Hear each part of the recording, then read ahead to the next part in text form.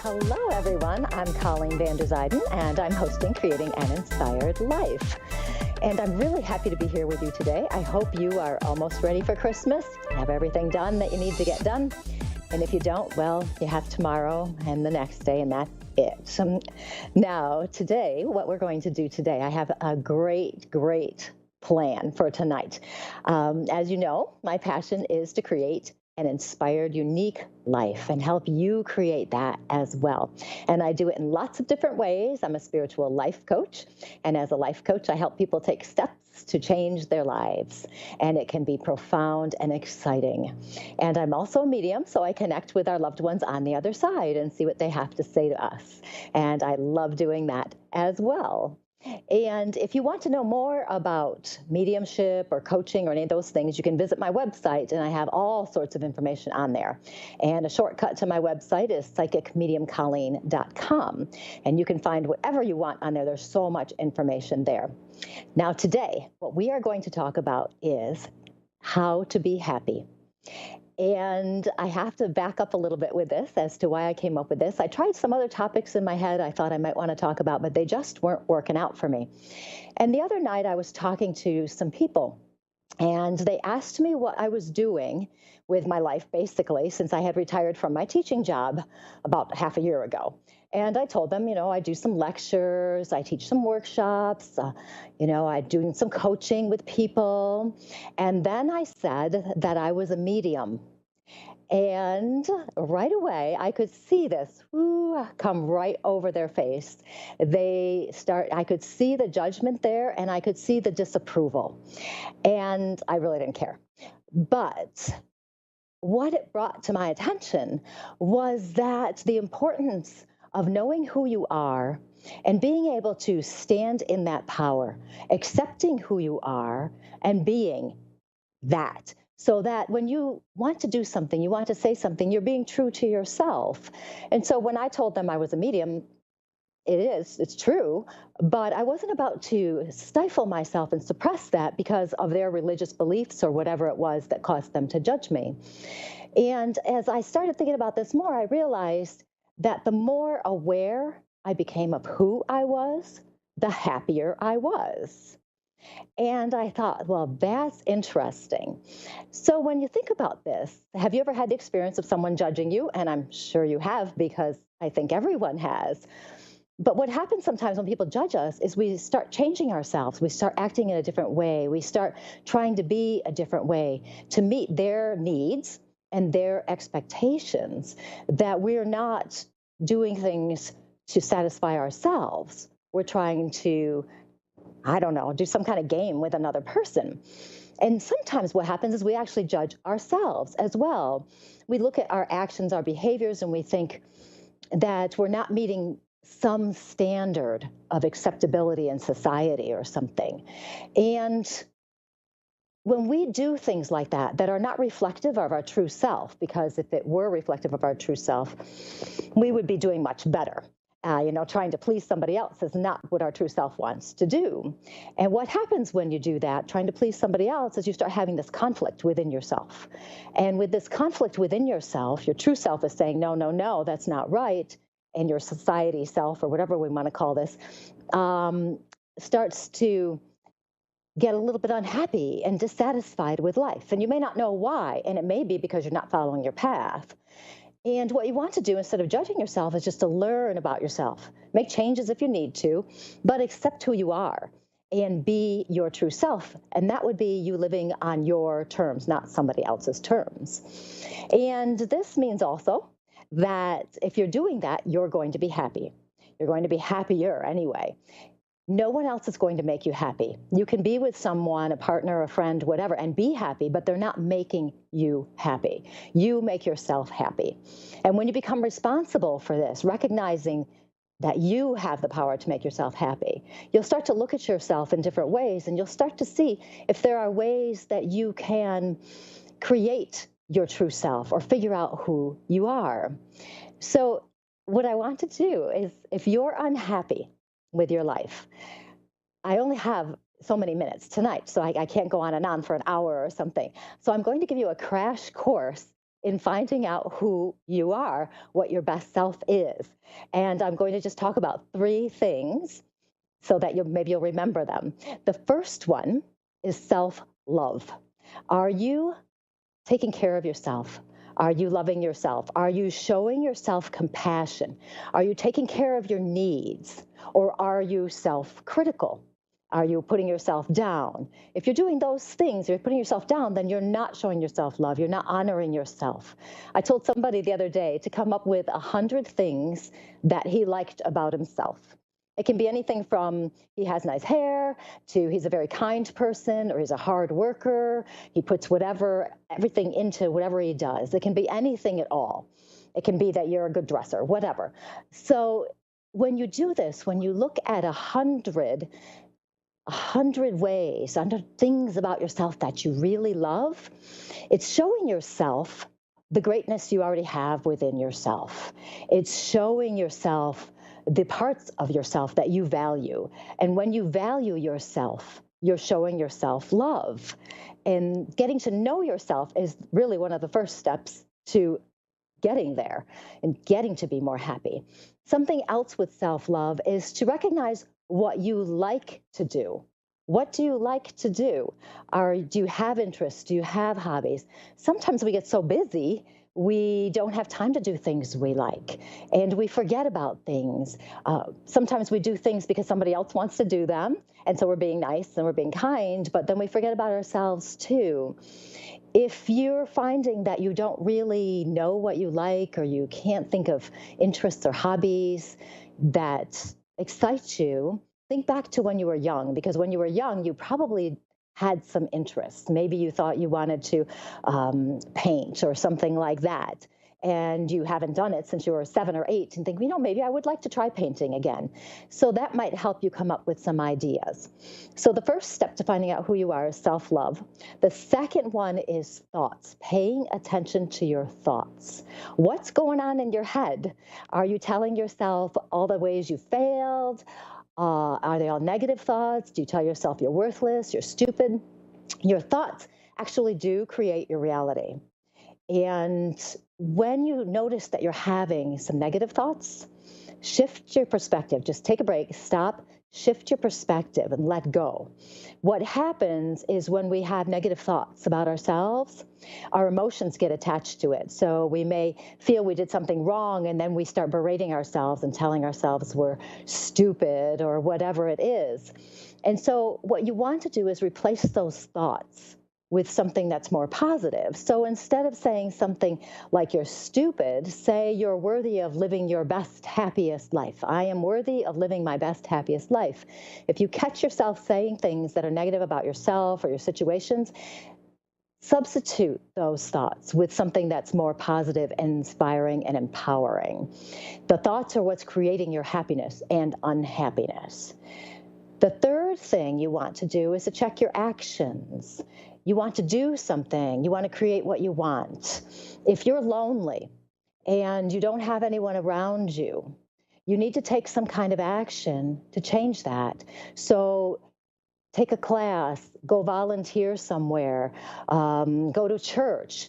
Do something that aligns with who you want to be, who your best self is. Maybe you're overworked, and so your action might actually be relaxing and not working so hard. That's an action, just choosing to do something else. You may recognize that some of your traits, you might have a trait that you'd like to shift. Maybe you're impatient or something. And what you can do is, instead of letting that impatience out, you can stop it. And you can figure out ahead of time, okay, a patient person acts like this. They'll breathe, they'll wait, they won't flip out, they won't yell at people or whatever. And what you can do is you can change the action before your thoughts on this one. And I heard this phrase when I was growing up all the time, was act the way you'd like to be, and soon you'll be the way you act. So when you do that, when you make that conscious choice to act in a different way, then it will help you shift your thoughts.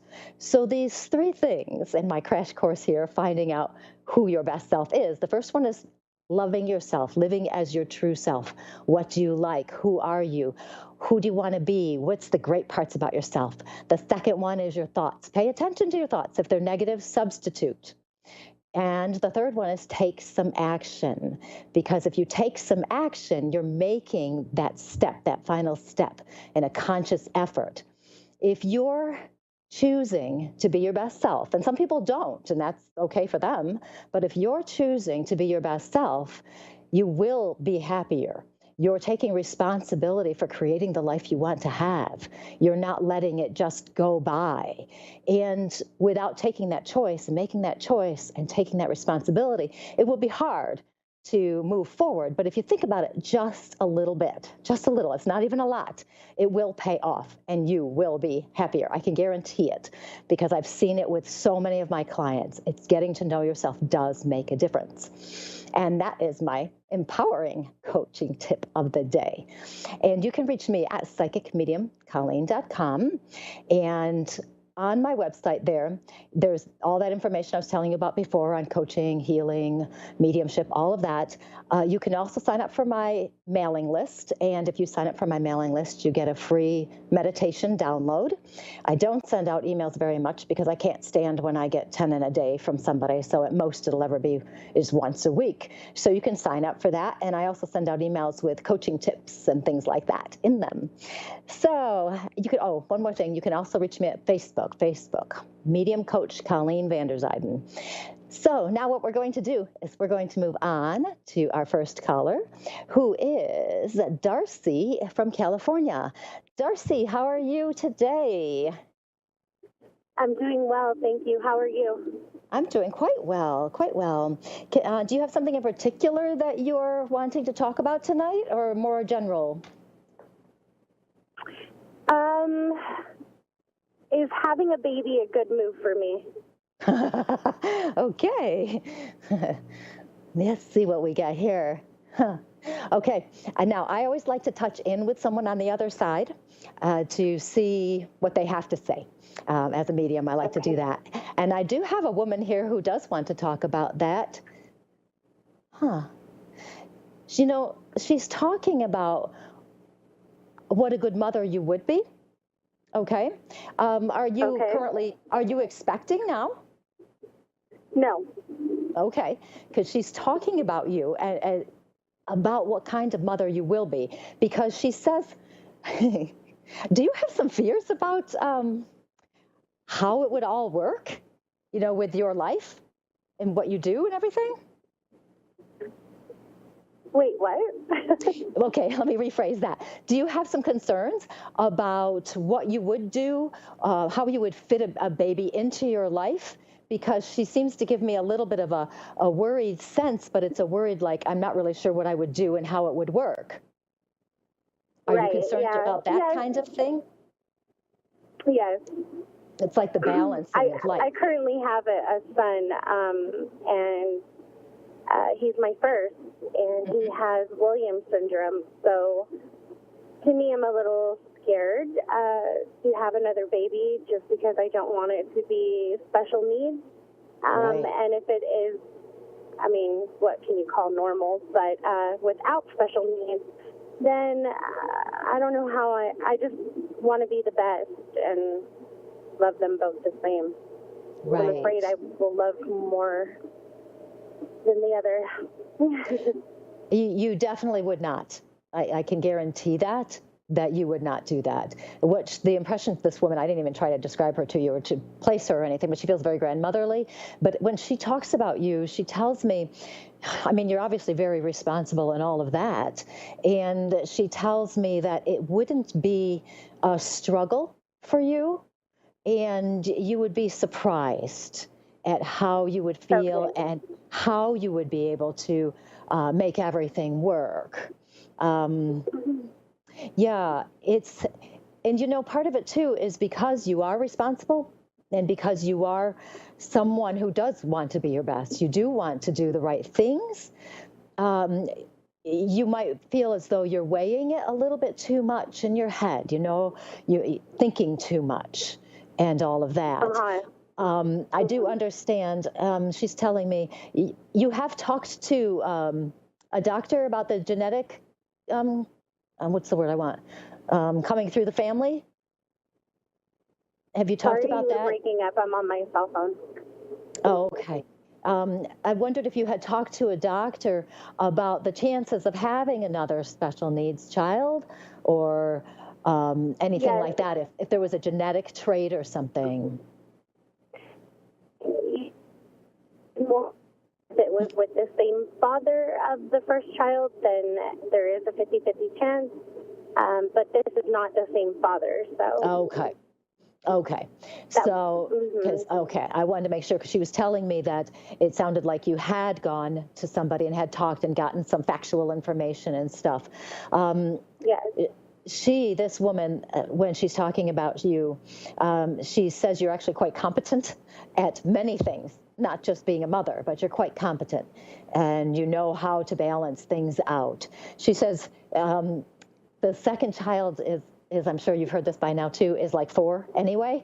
So, it's a lot more work for the second one.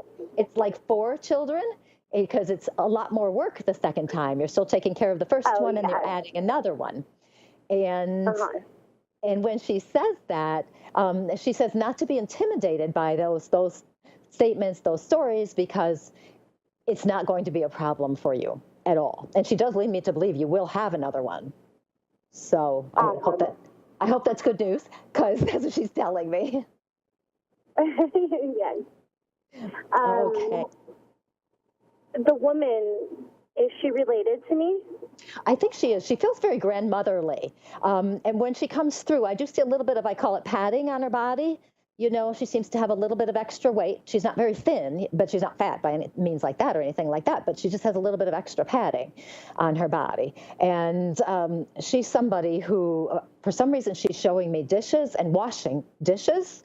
Okay, I feel like her kitchen must have been really under control. She kept things going. I do feel that she was in the kitchen quite a bit. Okay. So are you still there, Darcy? Okay, I think we might have lost her. So, Darcy, good luck with your second child who will be coming. And we are going to move on to Morgan in Colorado. Morgan, how are you today? I'm doing well. How are you? Oh, I'm doing really well. Can I help you with something in particular? Or are you looking for a general reading? No, I'm actually wanting to connect with my brother. Okay. And was he on the younger side when he passes? Because I feel a younger gentleman coming in, like late teens, early 20s? Yes, that would be correct. Okay, because I feel a younger gentleman coming in. And it is interesting I'm using the word gentleman with him. He laughs because he says he wasn't really. Okay. So he must have a good sense of humor. He does give me the impression. Okay, because it's kind of funny because he was like, no. He gives me the impression that sometimes, speaking of gentlemanly and not, that he would say things that were inappropriate at times, shall we say, and he would do it a lot to make people laugh. And I get the impression sometimes he didn't recognize how he was coming across to people. So people knew him really well. They knew, he was really funny. But other people were sometimes like, oh, really? But he has a very good heart. And by that, I mean he feels very loving to me. Was he a sweetie? Yes, he was. And he did have such a great sense of humor, too. So. Yeah, it's funny to me because I feel, was he quite handsome too? Yes, he was very handsome. Because I'm seeing somebody who is quite handsome. I was going to say something else, and all of a sudden he's like, "No, look here." I was like, "Okay." Yes. And I feel such a looking at him and feeling his energy. He is such an enthusiastic person. And, your mom is still here, I assume.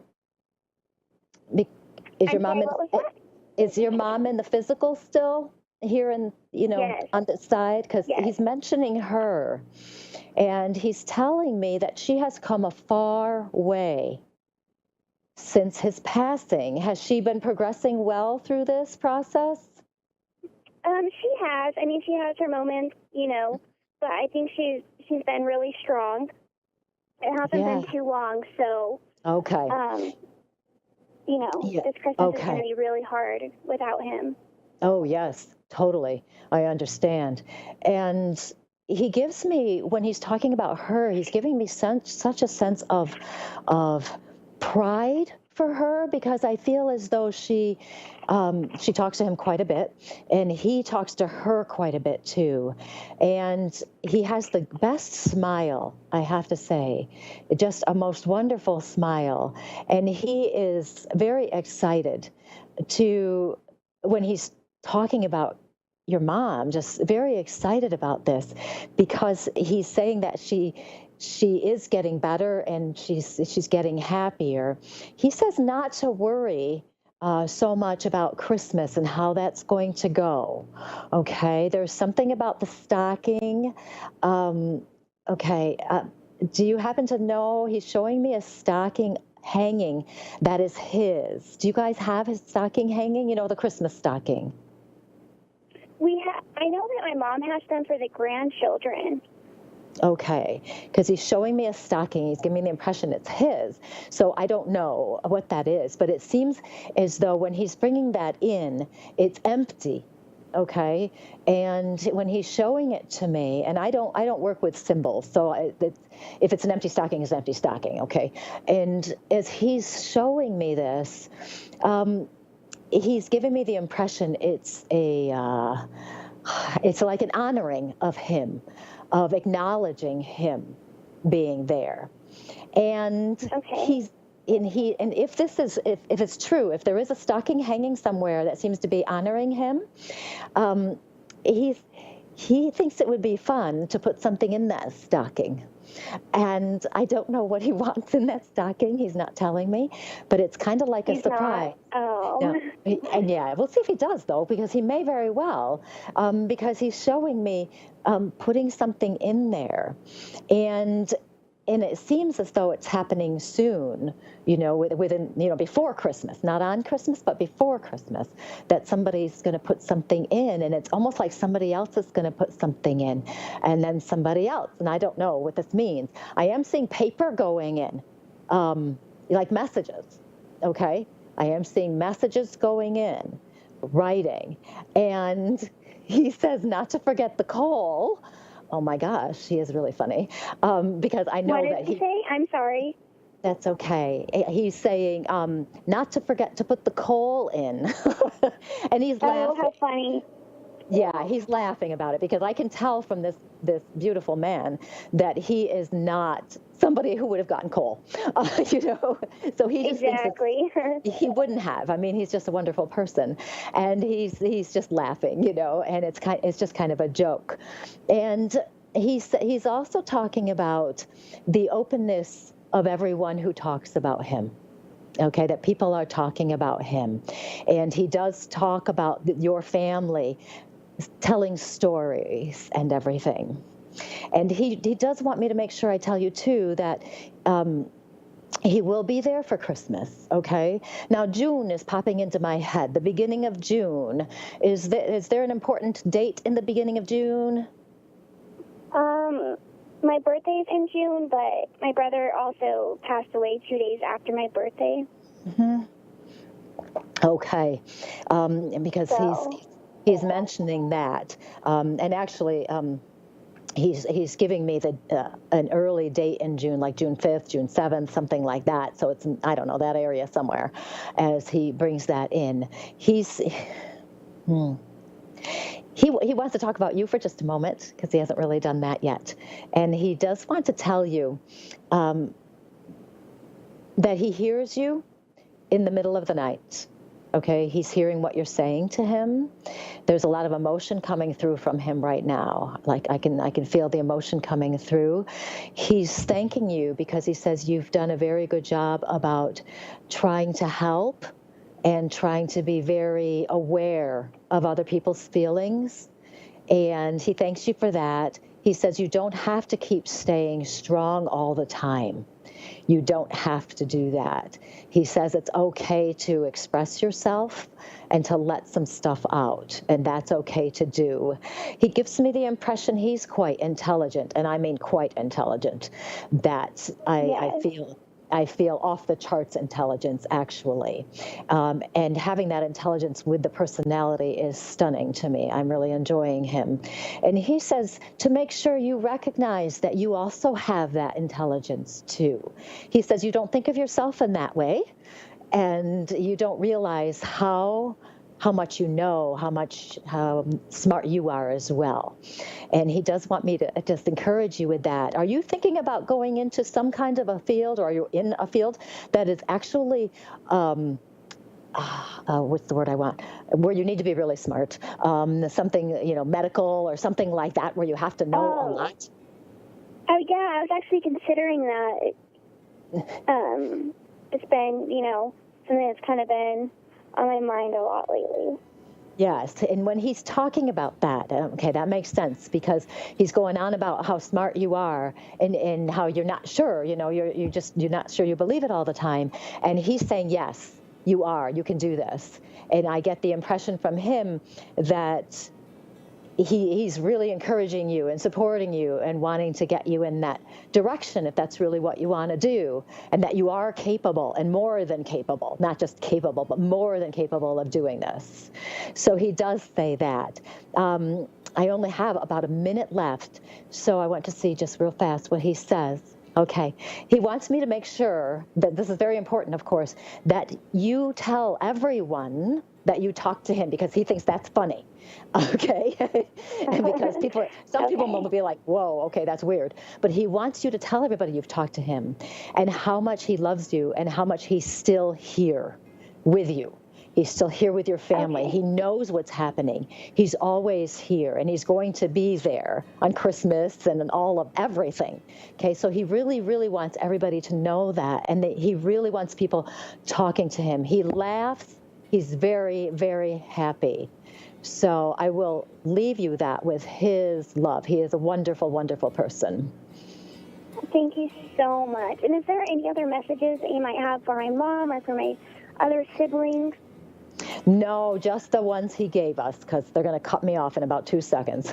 So. Okay, well, I thank you so much for your time today, and I hope you have a Merry Christmas. You too. You too. Nice talking to you, Morgan. So this week, everyone, just pay attention to who you are, what you want, who you want to be. And you can connect with me on Facebook, Medium Coach Colleen Vanderzyden, or on my website, psychicmediumcolleen.com. And I will talk to you next week. Have a Merry Christmas. Goodbye.